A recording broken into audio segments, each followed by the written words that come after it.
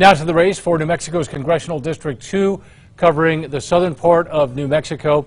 And this was a race that the challenger, Gabe Vasquez, was leading by 6 points. But if you look at the numbers now, this is a dead heat, 50-50 right now. This is where incumbent Republican Congresswoman Yvette Herrell has been fighting to keep her seat against her challenger, Gabe Vasquez. And this one is going to be very, very close. We will, of course, be updating this story as we get more and more numbers. And we told you earlier about this race. This is such a divided district in the sense of which area you're taking votes from that it was obvious when we talked about this race maybe 45 minutes ago that Vasquez had a 6-point lead. But if those votes all came from Las Cruces, you knew that that vote was going to evaporate as they got more votes in from other parts of that area, that district. And right now, just around 1,000 vote difference in this race. As you know, redistricting really changed up the landscape of this district. Now let's go to Ann Perret. She is live with Yvette Herrell's camp. And Ann?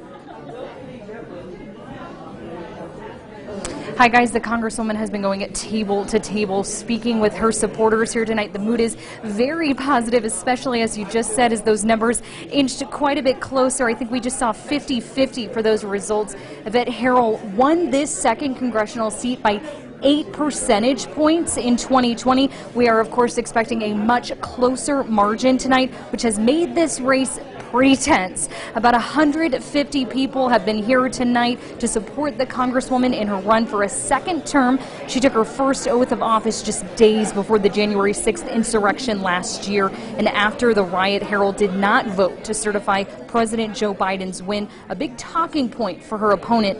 Thanks to redistricting, there is a slew of new voters casting their ballot in this second congressional district race. The majority are Democrats, and you can see southern and western Albuquerque are now in CD2. Herrell's Republican Party filed suit to contest these new lines, but the New Mexico Supreme Court will not be picking that up until early next year.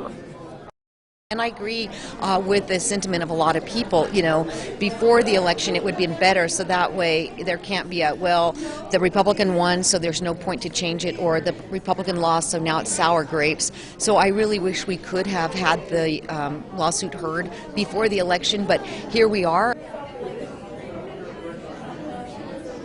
Herrell says win, lose, or draw, she will be accepting tonight's results. Who knows when we will get those? At this point, we have known that this is the race that is expected to keep us up this election night.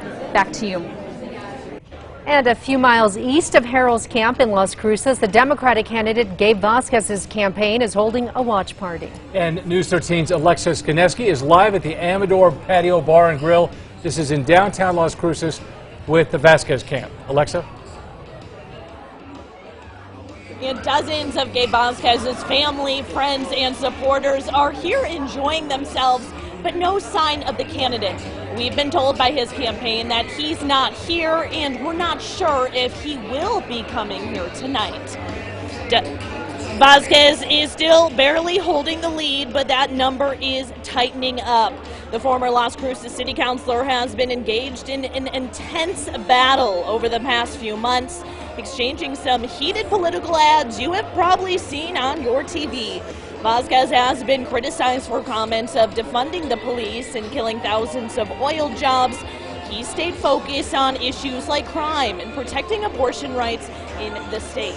Now, although Vasquez is not here tonight, the room and the energy is still high from his supporters. Back to you. All right, Alexa, thank you. That was Alexa Skineski down at the Gabe Vasquez camp in Las Cruces.